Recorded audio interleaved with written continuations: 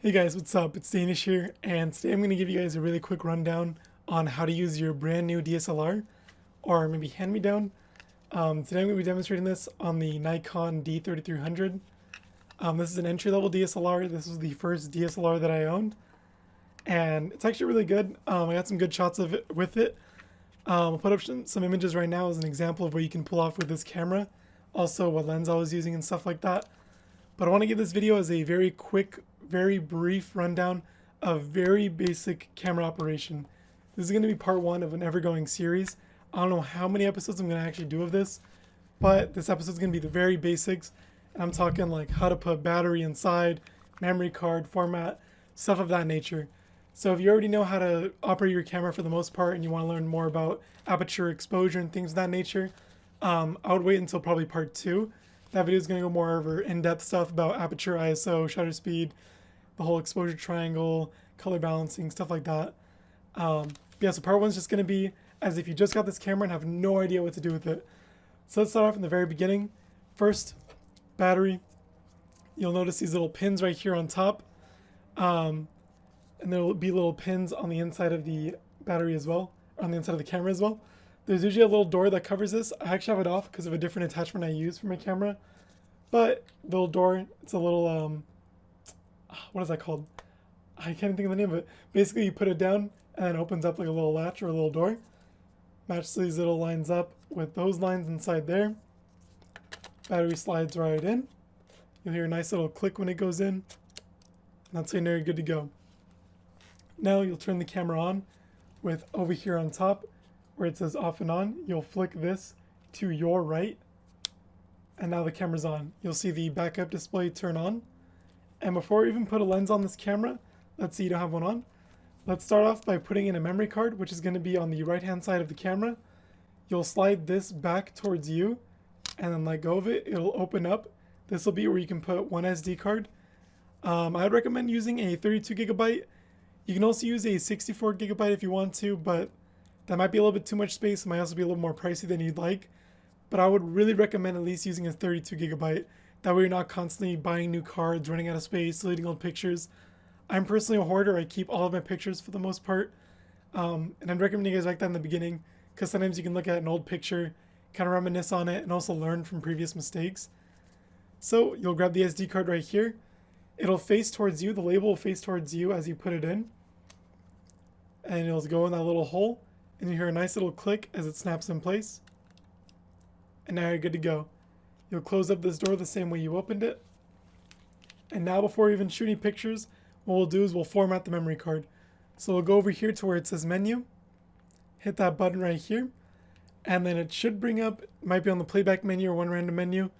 But if you go down from the playback menu to the setup menu right here, you'll go to the right and then go down one where it says format memory card. You'll click OK right here in the middle of the little D-pad right here. Click that. It'll give you a warning talking about how all the memory is going to be wiped. Click yes, and then it'll format the memory card for you. Then from there, we can actually start taking pictures. So what you'll do to take this little cap off is twist to the right. As you can see, it comes right off. Lenses usually have little caps on them. Today I'm just going to be demonstrating this with the lens that came with this camera. It's considered a kit lens. It's 18 to 55 millimeter. And what that means, 18 to 55 millimeters, is that it can zoom in. The lowest the zoom will be was 18 millimeters, which is pretty wide as it's considered. And then 55 millimeters, which is, I guess, the standard for most prime lenses, 50 millimeters. So it's a pretty good zoom. So to put the lens on, you'll notice on the actual lens right here, there are these little beads. Let's see if you guys can see that. These little beads right here. And on the inside of the camera where the lens actually mounts, it'll have those little inserts for the beads. You'll line the beads up actually to the right and they'll kind of lock in place. So as you can see, I'm putting the beads in a little bit more to the right than the actual camera. And that's what it looks like when it's in place. It looks a little bit crooked. And I'll twist to the left, or camera right I should say. You hear that nice click. And you'll know the lens is in when you look over here and it says F5 or it'll say some little number over here. That's how you know the lens is in. So if you want to jump right into shooting, I would recommend shooting in auto. Over here on top is the command dial. That'll let you pretty much choose what mode you're shooting in. I'll go over the different modes, but for right now, you'll just want to stay in auto, which is the green where it says auto. What the green auto means is that it'll use flash when necessary. The only bad thing is that it pretty much always uses flash.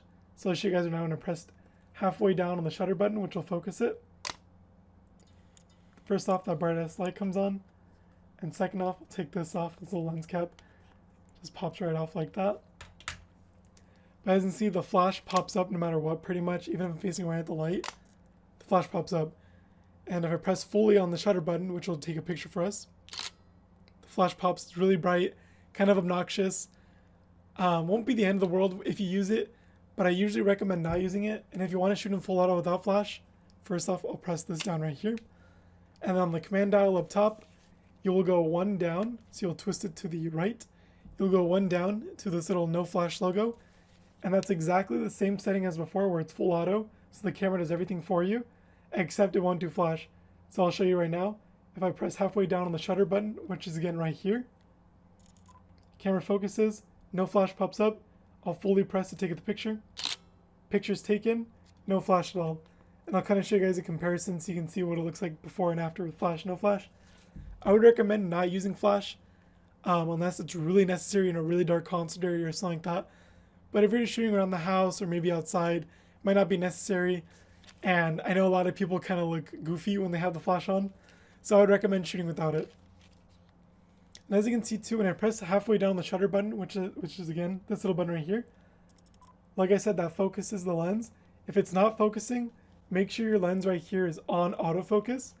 So as you can see, there's a little switch right here. It says A and M. M means manual focus. If it's on M, that means you'll have to manually focus like this with the focus ring on the lens. But if it's on A, so you just flick it to A, it'll do the automatic focus for you. As you can see with the autofocus on, there's this really bright light that is coming from right here. That's the autofocus assist illuminator. If I'm not mistaken, that's what it's called. I would recommend turning that off. I always left it off on my camera, never had any problems. So to turn that off, once again, we'll go to the menu, hit that menu button, and then you'll go over here to where it shows the camera, which is the shooting menu, and you'll go down until you find the built-in AF Assist Illuminator. That's what it's called. You'll click on that and then go to off, and I'll just press the shutter button real quick to bring me back. And as you can see, I'm holding down the shutter button. The camera's focusing, but there's no really bright light. I would recommend you turn this off, especially if you're shooting at a museum or somewhere you don't want a flash going off, or just that light going off in general. It can be a little bit annoying when, say, you're shooting at a family event and someone's just like, hey bud, it's just like the super bright flashlight hitting them, you know?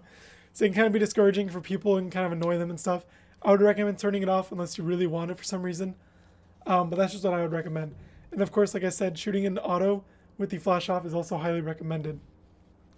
So let's say I'll take some pictures right now, and then I'll shoot the picture of the keyboard. Take a picture like that. But let's say I want to zoom in more. To zoom in with these lenses, with these kit lenses, or any lens in general, you'll kind of grip it like this, and you'll just twist to your right. And that'll zoom the lens in. I'm going to take the same exact picture, just more zoomed in. And I'll show you guys the comparison of what it looks like without the zoom in and with the zoom in. So you can always use zooms to your advantage so you can't get close enough to your subject. This kit lens right here goes from 18 to 55. It also came with this kit lens right here, which is a 55 to 200. This one would be really good. Let's say you're going to the zoo or you're in nature. 200 millimeters is a really good zoom quality. The most expensive, or like not most expensive, but the really common lens is a 70 to 200 millimeter. So I'd say 200 millimeters is a really good zoom lens for most basic applications. 18 to 55 is more so for close-up stuff, maybe portraits, maybe more indoor stuff. But if you guys say you want to shoot some birds or something in nature, or maybe you're at the zoo, I would recommend using the 55 to 200. Of course, you can always carry both on you, but always try and choose the right lens for the right day. Maybe you don't want to carry a bag on you with all your stuff on you, but that's just my recommendation. Also, something I should mention too on these lenses is right here where it says VR on or off. That's vibration reduction, if I'm not mistaken. Always keep it on. It'll help your camera shake. Say you have shaky hands and your shutter speed is very low. It'll basically help the image be more sharp, more in focus. It's some sort of lens magic, as I call it, that helps stabilize your image. So let's say, as I mentioned before, how I took the picture of the zoom in, zoom out of my keyboard. Let's say you want to look at the images. You hit the play button right here, and that'll bring up these images.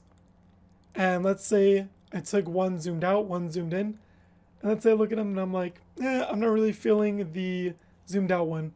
What you'll do is, that's just a random picture, but what you'll do is you'll actually, say you want to delete it, you'll hit the trash can button right here, and then you'll press that, and it'll say delete, and then the trash can button again will confirm it.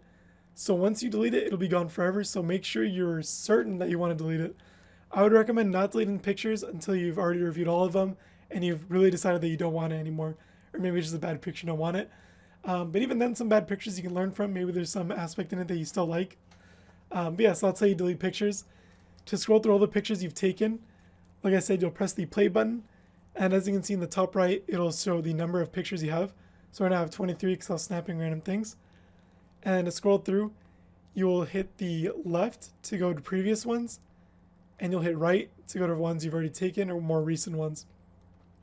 If you reach the end and you hit right again, it'll bring you to the very beginning. If you press the little magnifying glass with the minus button on it, that'll actually zoom out and it'll show more pictures at once. So let's say you have hundreds of pictures that you want to scroll through, or you just want to scroll through more at once. You can then zoom out more and more, and it'll bring up lots of pictures at once. I would always recommend just doing the full view, but if you want to go through a lot more at once, I would say this one's pretty good, the 3x3. And as you can see, I'm basically seeing 9 pictures at a time. So that can be really good. And then to zoom back in, it'll be the button right above the magnifying glass, the minus. It'll be the magnifying glass, the plus. That'll bring it back to the 2 and to the 1. Also, with this magnifying plus button, if you're looking at a picture, and let's say I'll go on this one right here. Let's say you want to see what it would look like if you cropped in or zoomed in Photoshop or something. You can actually hit that plus again and zoom in more and more and more and more and get super close. As you guys can see right here, I'll put this on screen because I think it's a little bit overexposed right now. But I can get all the way to where the frame is basically just a C. So you can almost imagine what it would be like if you were to crop in Photoshop or whatever photo app you're using. So that's basically the camera basics. How to shoot in full auto, like I mentioned, just dial up here. I'm going to go over the other dials because that gets a little bit more advanced. And like I mentioned before, zooming in and out, just twisting the ring. Always make sure you're in autofocus. If you want to do manual focus, just switch that. Go voop voop to actually focus it if you're on manual focus. And like I mentioned before, if you need the flash, autofocus, which is green, that'll pop the flash for you. And as you snap, it'll pop the flash for you. That's just the really quick basics. And like I mentioned before, make sure you format your memory card. And the next video, in the next video, I'm going to go over things like this, which is the shutter speed, aperture, and ISO. I'll go over that, image quality, and stuff like that. This was just supposed to be a really quick rundown, almost like a very beginner's guide to DSLRs, specifically the Nikon D3300. But I'm pretty sure it's around the same experience for Canons. And I don't really know if Sony makes any DSLRs. I'm actually not too sure. As far as I know, they only make mirrorless. But anyways, so yeah, that was just a really quick tutorial on the very basics of this camera. Also in the next video, actually, I'll show you guys right now. So this DSLRs can also record video. I'm going to cut this to put it in front of that outro. But if you want to record video on a DSLR, what you do is you'll hit this button right here, the LV, which stands for live view. You'll hit that LV button. That'll activate live view, so you'll see what the lens is seeing actively. From here, you'll hit the record button on top, the little red button, and then I'll hit that, and it'll start recording a video. There are many different video settings which you can activate. The Nikon D3300 can actually record 60 FPS if I'm not mistaken. I'll check right now to record that. But any DSLR can record many different settings. Cinema and generic film always uses 24 FPS. I'll show you guys right now how to change those settings. So like I mentioned before, if you want to shoot video, you hit the record button, and you'll see right here, it'll show the REC to show that you're recording. If you want to stop the recording, just hit the REC again. That'll stop it. And right now I'm going to show you really quickly how to change those settings. So you'll go to menu. You will go down on the shooting menu to where it says movie settings. And then from here you can change quite a few things. You can change the frame size, frame rate. And like I mentioned, yeah, so this camera actually shoots 1920 by 1080, 60 FPS. That's really good, especially considering how cheap this camera is, especially now this camera is probably ridiculously cheap. And like I mentioned before, let's say you want to shoot more cinematic, you can also shoot 1920 by 1080, 24 FPS. 60 FPS is really smooth. I'll be shooting this video in 24 FPS, but I'll put an example, or you guys can actually look at my channel for a 60 FPS example, so you guys can see how smooth it is. I'm sure you guys are familiar with that, but 24 FPS is always a standard for film and more cinematic works. Also in the settings, you can change the movie quality. As you change this from normal to high, I always set mine to high. If you set it to normal, the quality won't be as good, but it'll also save you more space on your memory card. Microphone, if you're in a really loud area, you would want to change this, let's say from manual, you'd want to lower that sensitivity. You can also disable the microphone if you want to, or leave it on auto. And then wind noise reduction, and then manually moving settings is just for more advanced stuff, which I'll go over in the future video. But yeah, so like I mentioned before, those are really simple camera basics. Some people prefer shooting their pictures in this mode as well. You can shoot regular pictures. So let's say I want to shoot a picture of that. I'll press halfway on the shutter button, like mentioned before, then I'll press fully. The only bad thing about it, as you can see, it takes a lot longer to shoot a picture like that versus if I shoot the same exact picture like this. Oh, there we go. And as you can see, it's already done with that picture. One other thing too, sorry, there's more things that I keep remembering about.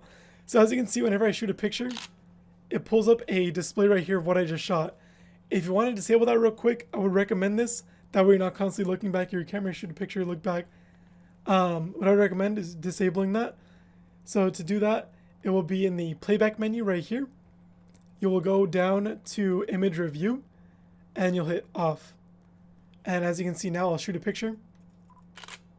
And it won't show me the picture until I press the play button. And then I can see it from there.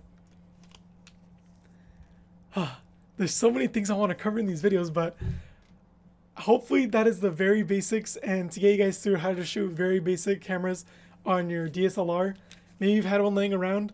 I know a lot of people are finding these on OfferUp for really cheap, or they're finding them, or they're getting them as gifts, hand-me-downs, or they've just been collecting dust at their house. They want to start shooting again and just don't know how to jump into it. Hopefully this video is able to help you guys get into it. There's so many things I want to cover about cameras. It's just ridiculous. But the next video will go over more manual settings and how to break that barrier of full auto into manual shooting and things of that nature, more advanced shooting settings. And yeah, so hopefully this video is able to help you guys. I know I was kind of jumping around a lot. There's just so many things about these cameras that you can talk about. But like I mentioned before, hopefully it's able to help you guys. If you have any questions, post down below. I'll also be posting a part 2 very soon.